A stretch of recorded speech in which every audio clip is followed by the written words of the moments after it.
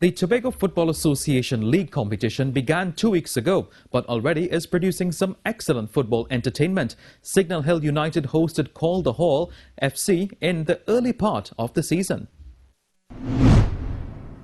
Signal Hill versus Calder Hall began as a good-natured scrap between two teams with a degree of familiarity in the TFA's Central Conference. Calder Hall began with a win and were hoping to welcome Signal Hill to the tournament with an early dose of reality. Instead, it would be them brought swiftly back down to earth. The knockdown fell for Anson Campbell. He gave it the Lacers and Signal Hill the lead after just 3 minutes.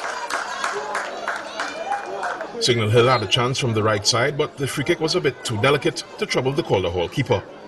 On the hour mark, their defence overcommitted and the referee had no choice but to point to the spot. Darryl Trim took responsibility for Calder Hall and rolled in the equaliser. In the 65th, Signal Hill were sharpest all around. Quick free kick, scuffed put back, but Campbell was clean through to finish off their opposition. 2-1 is how this one ended, Signal Hill with an opening game W, announcing themselves to the rest of the competition. Jovan Ravello, TTT Sport.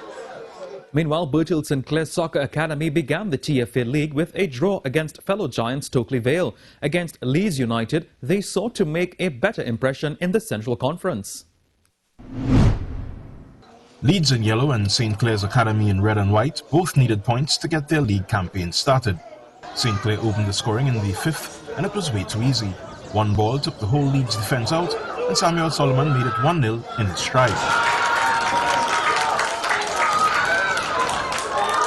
By the 14th, Leeds hadn't learned their lesson.